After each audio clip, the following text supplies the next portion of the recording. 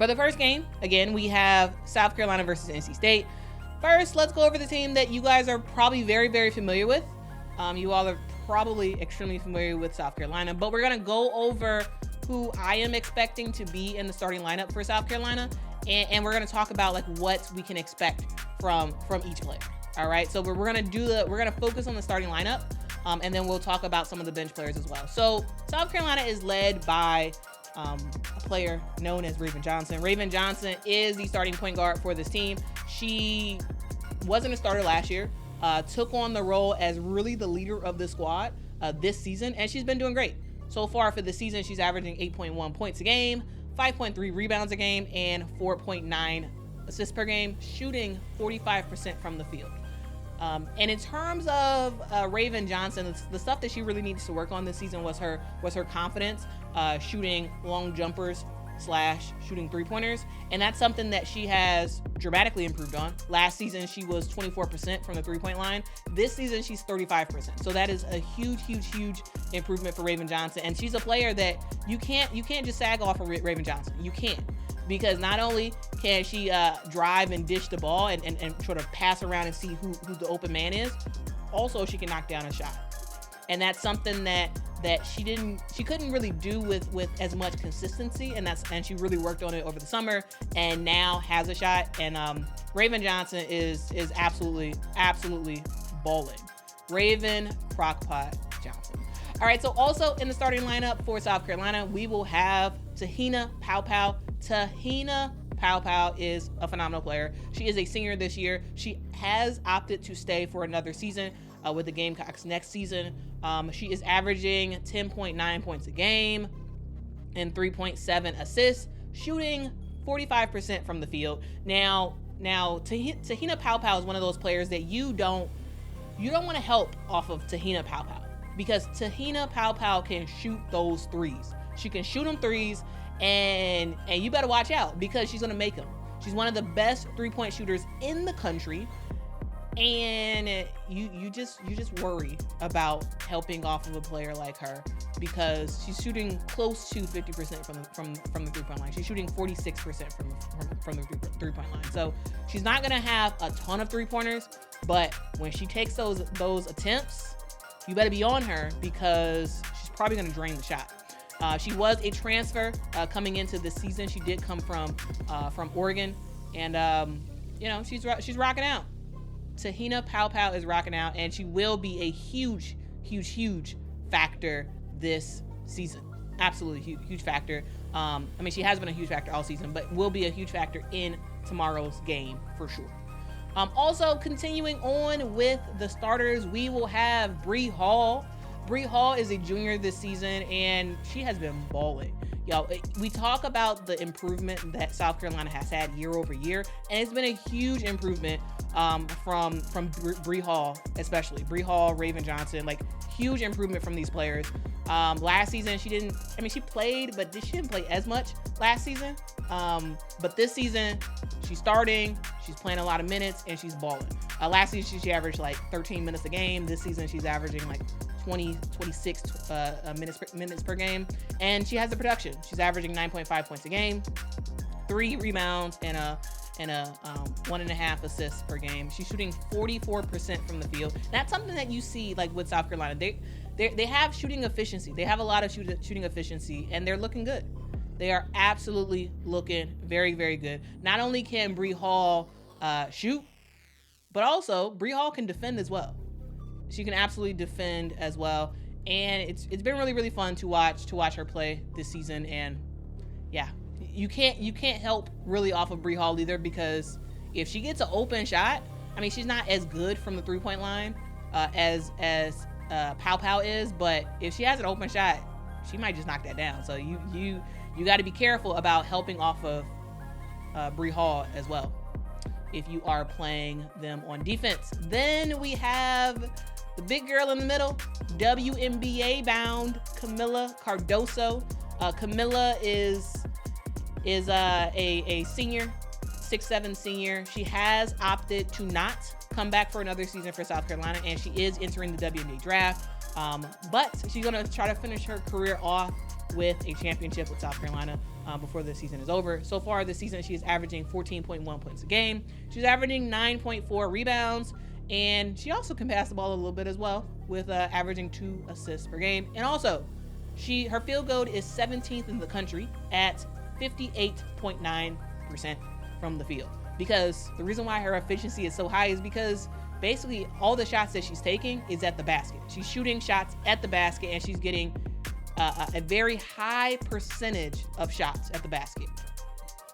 And yeah, there are some times where she misses easy shots that she shouldn't miss at the rim, but Camilla she's gonna grab those rebounds, and also Camilla is going to block your shot. So far this season, she's averaging 2.5 blocks a game. And guys, a huge claim to fame for Camilla Cardoso is that she is 100% from the three-point line. So watch out for Camilla Cardoso, because she has proven that she can actually hit a three. So I'm just saying, if the game is on the line, don't sag off of Camilla Cardoso, because she just might make that three-point shot. So I'm just saying. I am just saying. All right, finally for South Carolina, I anticipate Chloe Kitts also getting the starting nod for this game. Yes, there have been games where Chloe has come off the bench, and we've seen a player like we've seen Ashton Watkins sort of get the starting nod. I anticipate Chloe Kitts starting in this game, but not playing a ton of minutes, similar to what she did in the Oregon State game. But because I anticipate her starting, I'm going to talk about her just for a quick sec. So Chloe Kitts is a sophomore. She is averaging 9.3 points a game this season, 5.9 rebounds a game, and she has had some games where she has been absolutely dominant. She has had huge improvement last year over this year, and in other games, she's had phenomenal games, and also she's had games that were a little bit underwhelming. But for a team like South Carolina, it's fine because you have it's fine because you have a player like Ashton Watkins who can come off the bench and score a lot of points. So I anticipate Chloe Kitts starting, but if she comes out cold like she did in the Oregon State game, I do see her being able to go to the bench and have Ashton Watkins get the majority of the minutes. So it may be similar. It may be similar to that Oregon State game, that if she doesn't get going early, then she's gonna go to the bench, and we're gonna have Ashton Watkins finish out a good portion of the game. And so those are the starting lineup that I anticipate us seeing tomorrow against NC State. B. Harris, I agree with you. Ashlyn does play better off the bench with Sanaya Fagan. Yeah, absolutely. And that's why I anticipate Chloe Kitts starting. That's why I anticipate her starting. And Ashlyn Watkins coming off the bench. Journey says Watkins will start. We'll see. Because we have seen Ashton Watkins go off coming off the bench. She's been going, and so it kind of makes sense for her to just come off the bench, and because it doesn't matter really if you come off the bench or if you start, because if you're coming off the bench and you're playing more minutes than a starter, does it really matter? And when the game is on the line, if you're still in the game, does it really matter if you're starting or not? So yeah, that's a thing. So guys, if y'all hit that like button, that would be phenomenal. We only got 59 likes. If y'all could hit that like button, please and thank you, because we are going over. This is like a very, very thorough overview of what you all can expect tomorrow, who we will see in the starting lineup, and we're going to talk about each of these teams in a similar way to what we're doing right now with South Carolina. So guys, if you appreciate that, if you appreciate the research that goes behind making this stuff happen, please let me know by hitting that like button. That would be phenomenal. Thank you. Our Gamecock sisters. We have shared the court with some of you, and we've admired all of you from afar this season. You have continued this program's legacy of excellence, and we love that you've done it in your own way. We love how hard you play and cheer for each other. and we're right there with you. You're at the Final Four now, And some of you know this already. but this weekend, It was different. just keep playing free and for each other. Keep enjoying these moments together. Because now is your time to stand on business. To finish the job, to let the world know Nothing beats love. All right, so in terms of the other players for South Carolina, it's not just the starters you have to worry about. I kind of talked about it already, but you have a player like Ashton Watkins that can come off the bench and score you a lot of points. She is also a sophomore this year, and again, huge improvement from last season to this year. She's averaging 9.4 points a game, 7.1 rebounds a game, and the best part about Ashton Watkins is that she doesn't have a ton of, she doesn't average a ton of minutes. She's averaging about 20 minutes per game this season. And she has the stats that she has. She also is shooting 55% from the field, which is pretty amazing. Her free throws need a little bit of work, but in terms of Ashton Watkins coming out the gate, blocking your shot on defense, having active hands on defense, and then on offense, making winning plays, like that's what Ashton Watkins does. You know, on defense, she's averaging 2.4 blocks a game this season. Last year, she didn't even average 1 block a game last year. And again, you see the improvement from last year to this year. And if she's not blocking the shot, again, she's getting in the passing lane. She's getting at least 1 steal a game, and that's because she just has active hands. Active hands. And it's not just a player like Ashton Watkins for South Carolina. You also have Malaysia Fulwiley. Malaysia Fulwiley she just has some ridiculous stats. She's averaging almost 12 points a game this season, and guys, she's only playing 18 minutes a game. She plays 18.5 minutes a game. She's averaging 11.9 minutes a game. She has had huge games in the postseason. We've seen her go off in the SEC tournament. And that's the type of player Malaysia Fulwiley is. She's a player who can just, kind of coast a little bit and then go off and score a bunch of points in a row. We've seen how she can hit 3-point shots. She can get to the basket. She can get to the basket and score. She can get to the basket and do some crazy pass to someone else. That's the type of player that Malaysia Fulwiley is. And then you look at the rest of the bench. You have Sanaya Fagan, who can come in and do some damage down low. You have a player like Tessa Johnson, who can come in the game, hit some huge threes, and make some stuff happen for her team. The last game against Oregon State, Tessa Johnson had the most points in the game, and she came off the bench. And that's one of the tough parts about South Carolina is you have lots of players who can just do some damage. Lots of players. All right, so that is my general overview of South Carolina. They're a very great squad with a great coach and a great roster, and we'll see what they can do tomorrow against NC State. So now, who are they playing? State is going to the final. It feels amazing. People doubted us, and we didn't care what the media had to say. We didn't care what anybody had to say. We showed up on the court every time, and we proved who we were.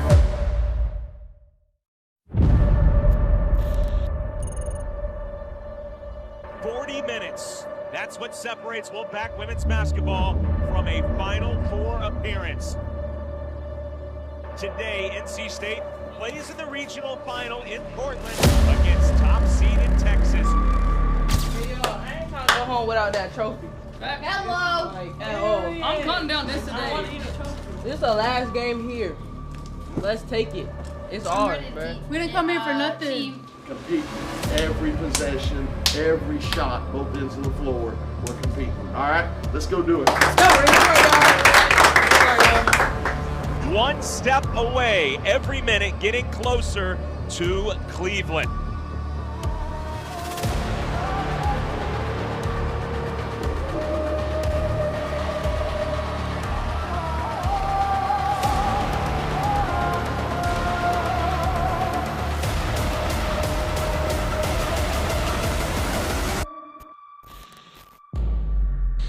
Backdoor cut. It's a great time. Rivers to James for a layup.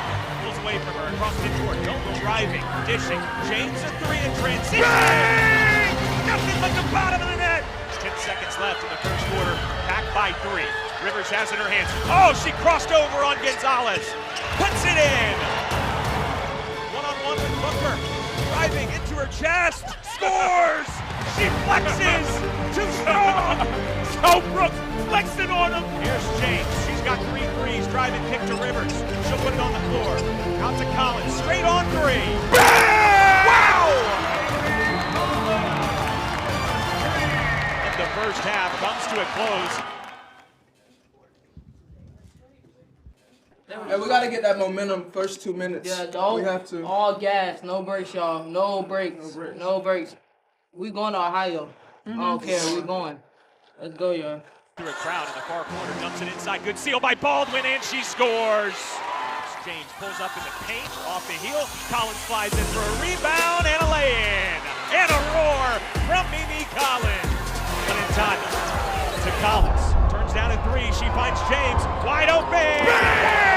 Great ball movement by the Wolfpack. Minintana can't keep up with her. Crosses over on her. Gets left in the lane, finds Baldwin. Free throw line jumper. Bang! She was just there, and she knocks it down again. 5 seconds left. NC State is going to the Final Four. 76-66. They topple top-ranked Texas. This is unbelievable. Tonight we're going to party like it's 1998. Second time in school history. The first was in 98. They're going to put another banner up in Reynolds Coliseum. Absolutely. Rock that baby. I don't know what to feel right now. I'm so proud of the team. We came a long way. We wasn't even ranked in the beginning of the season. Now look, we're going to the Final Four, baby. That's all that matters. That's all that matters. Hey, Kay, we brought it back, Kay. We brought it. And we want to go over NC State's starting lineup and kind of make sure you all are familiar with who they have on their squad. And for a team like NC State, their leader, the player who just makes this team go, the Virginia Beach native, Isaiah James. Isaiah James is a junior on this year. She stands at 5'9". She is a guard for the squad, and she is the engine, y'all. When we talk about NC State, the reason why NC State has gotten as far as they have is because of Isaiah James. And there's a lot of people, like, there's not much said about Isaiah James, and I really do think that we all need to talk about Isaiah James a lot more, because she has been phenomenal this season, and she's going to continue to be phenomenal this season. And so far for the season, she is averaging her career high 16.7 points a game. She's also averaging 3 assists a game and 4.6 rebounds, also shooting 41% from the field. Now, Isaiah James, you all probably saw Isaiah's game on what was that game on Sunday? Or anyway, you saw her game, and the game against Texas. That was on Sunday. You saw the game against Texas, and you saw Isaiah go off. Isaiah had 27 points in that game. She was 52% from the field. She couldn't miss a 3-pointer. Like, she was 77% from the 3. Like, Isaiah can get hot, and you better watch out. So I do want to just give you all a bit more of a picture of Isaiah James. All right, so Isaiah James, she in her last several games, here's what she's averaged from the 3-point line. Here's what she's averaged: 77% against Texas. She was 60% from the 3-point line against Stanford, 25% against Tennessee, a little bit of an outlier, and 50% against UT Chattanooga. That's efficiency. She had one blip of a game, But overall, she is shooting well over 50% from the 3 in her last 4 games. And also in terms of points, she had 27 against Texas, 29 against Stanford, 22 against Tennessee, and 19 against UT Chattanooga. Like it's just, you look at a player like Isaiah James, and it's hard to stop her. It is hard to stop Isaiah James, because not only can she shoot, she can get to the basket if she needs to. She can pass the ball out if she needs to. But overall, she can just do a little bit of everything that you're on your toes. You're on your toes when you're watching a player like Isaiah James, because she can kind of do it all. And guys, again, she's a shorty. She's only 5'9". She's pretty short, and she can absolutely, Michael. Isaiah will put you on skates too. Absolutely. She's a tough player. Absolutely a tough player, and she is the player to watch for tomorrow for NC State. She is the player to watch. They run on the speed of Isaiah James, and if she's cooking, you better watch out. You better watch out. Another player that NC State has that also y'all got to watch out for is Madison Hayes. Madison Hayes is a senior this year. She is 6 feet tall, and so far this season, she has been very good. She's averaging 10 points a game, 6.9 rebounds a game, shooting 42% from the field.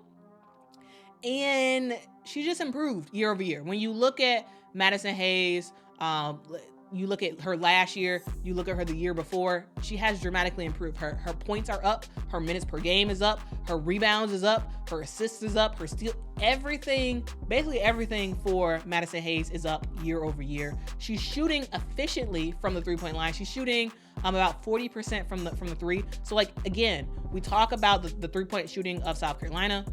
Also, you got to worry about more than just Isaiah James when you're talking about the 3-point shot for NC State. She is averaging 40% from the 3-point line, and she can get hot.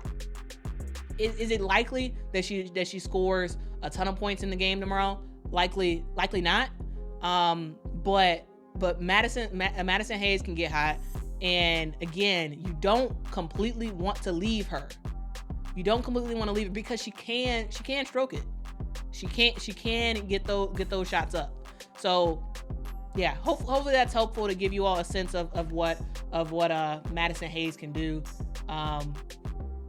Because yeah, she can get it done. She can get it done. Guys, also I do want to talk about the former South Carolina player herself, Saniya Rivers. Saniya Rivers is a junior this year. She is standing at 6'1", and guys, she used to be on South Carolina. She did decide to transfer to NC State. She did have an interview saying that she still has a good relationship with Don Staley, and Don congratulated her for helping NC State to get to where they're at now, and all that stuff. So absolutely great. That she seems like she left South Carolina on good terms and still has a pretty good relationship. So like, I think that's great. But also when those 40 minutes start, it is Saniya against her former team. And we're gonna see what Saniya Rivers can do. So this season, Saniya is averaging 12.7 points a game, 6.2 rebounds a game, 3.8 assists per game. And one thing about Saniya Rivers is it feels like initially she started the year off kind of hot, hit a little bit of a lull. Now she's back on her upward trajectory for her squad. When you look at her, she can kind of do a little bit of everything. Her field goal percentage is not that efficient. She's only shooting about 38% from the field, but she's one of those players that can kind of do a little bit of everything. She can get to the basket. She can slash. She can get tough buckets. And she just uses her brute strength a lot in terms of trying to score. She's not that efficient from the 3-point line either. But yeah, she still is a very, very tough out. One thing that I find pretty interesting about Saniya is that her shooting is down year over year. Her shooting is down. Last year she averaged 43% from the field. This year she's averaging 38% from the field. But in terms of her impact is way more this season than last season, because not only is she scoring more points than she did last year. Last year she had like 8 points a game. This year she's at 12 points a game. Not only that is she scoring more, but she's also doing a lot of the other things. She's also passing the ball more to her teammates. She's also rebounding the ball at a better clip. She's also playing better defense than she did last year. And overall, she's a better player, but her efficiency does struggle a little bit.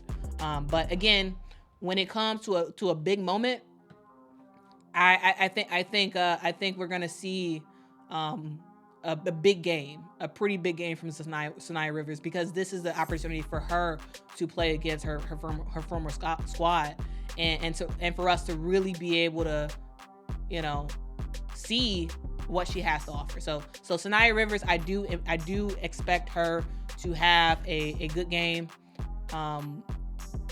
and yeah, it should be fun. It should be fun to watch her play against her former squad. So yeah. Exactly, Stanley. Yes, exactly. Stanley says, Sania Rivers was never a great shooter. She's much more of a driver / slasher. I think in her 1 year at South Carolina, she went to the free throw line a lot. Yeah, she went. Yeah. So here's the thing, guys, about her.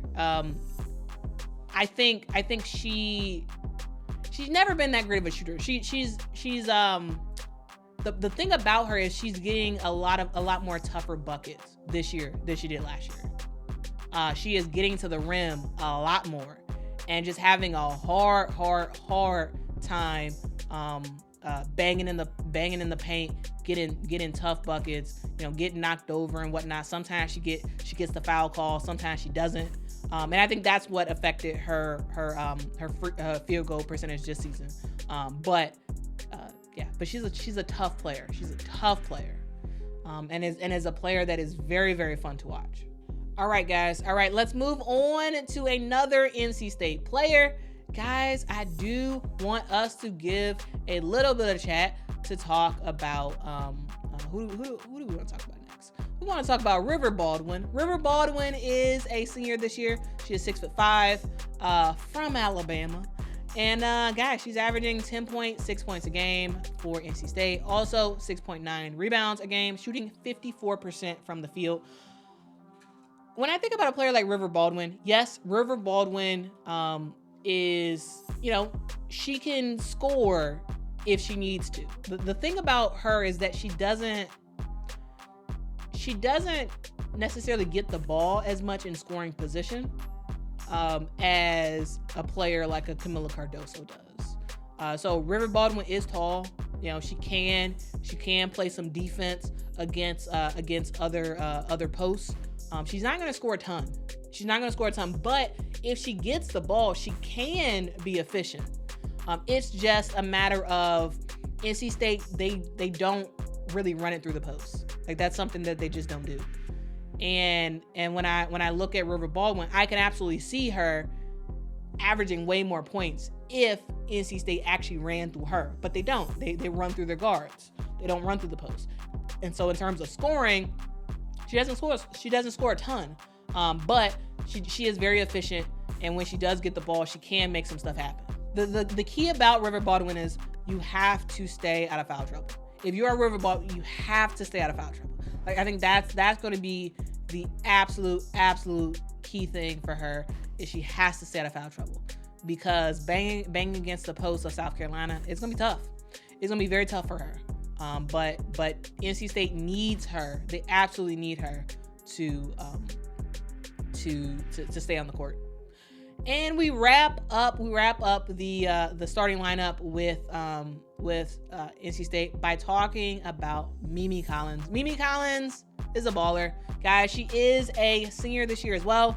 She is 6'3", and this season she's averaging 10.7 points a game. She's also averaging 6.2 rebounds a game, shooting pretty efficiently as well. Mimi Collins is a player that I think in a way still trying to figure out her place with NC State. She can score, absolutely. Can score a little bit from the 3-point line and also just get a bunch of twos. But in terms of her productivity, like she's had better years when it came to women's college basketball. A couple years ago, she actually averaged basically identical to what she's averaging now. Last year, she wasn't that efficient on all fronts. This year, she's better. She's scoring more points and she's helping the team out a lot more. But again, the tough part about NC State is that, again, they don't run through the post. They don't run through the forwards. It's all about the specific guard play. And in terms of us being able to truly see what Mimi Collins has to offer, she can score. She can score if she needs to. But again, they don't really run it through her. So that's just a thing. That's just a thing you have to, keep in mind when we talk about certain players, when we talk about the points that they're scoring per game.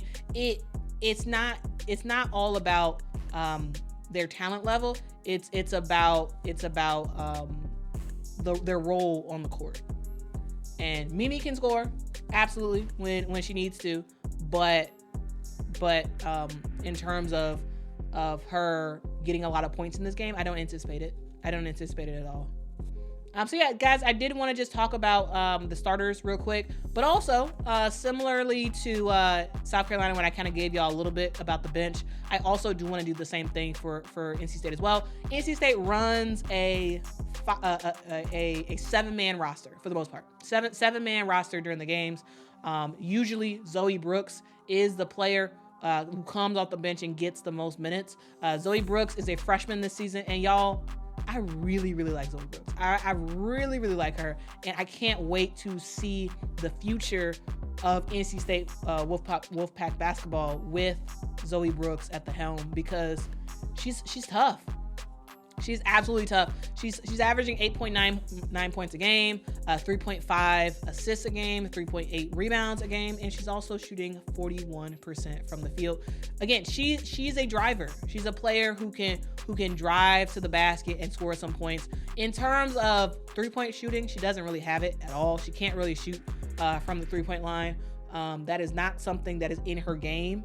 But when it comes to getting to the basket, when it comes to getting close shots, pull-up shots, all that good stuff, I really like her, and I think she has a lot of potential in the future for Wolfpack basketball.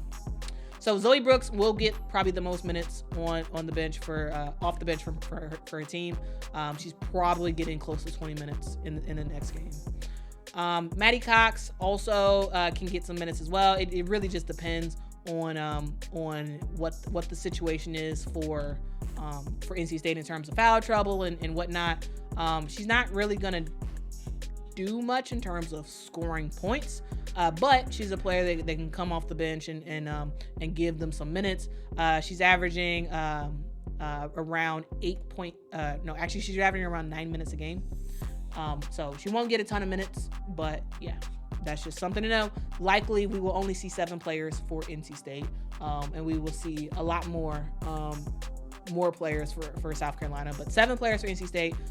Maddie won't play that much. She'll again probably play like 7-8 minutes, but really NC State, their players play 40 minutes.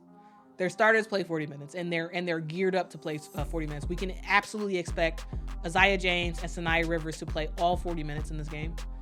We can absolutely expect that, and they're gonna have the pace to sort of try to withstand, especially the bench mob of South Carolina. All right. So hopefully that was a good overview for both the rosters of South Carolina and the roster for NC State. Now, in terms of this game, I anticipate Isaiah to go off and have a great game. I also expect Sanaya to have a pretty good game as well, and also River Baldwin. I anticipate River Baldwin trying to get Camila Cardoso in severe foul trouble. and trying to get her out of the game early, but only if River Baldwin actually stays on the court herself. I do anticipate South Carolina winning this game and beating NC State, but I do see NC State putting up a huge front to try to beat them. But yeah, I do think that we won't see NC State win. However, anybody can get got. Anybody can get got, guys, and we just don't know. NC State can beat South Carolina. There is a pathway for them to win. Is it likely? No. However, I think we're gonna see a phenomenal game of women's basketball. And hey, underdogs. Let's go underdogs. But I think South Carolina's probably winning. The Final Four. The Final Four. Final Four. Final Four. Oh, okay. The Final Four. Oh,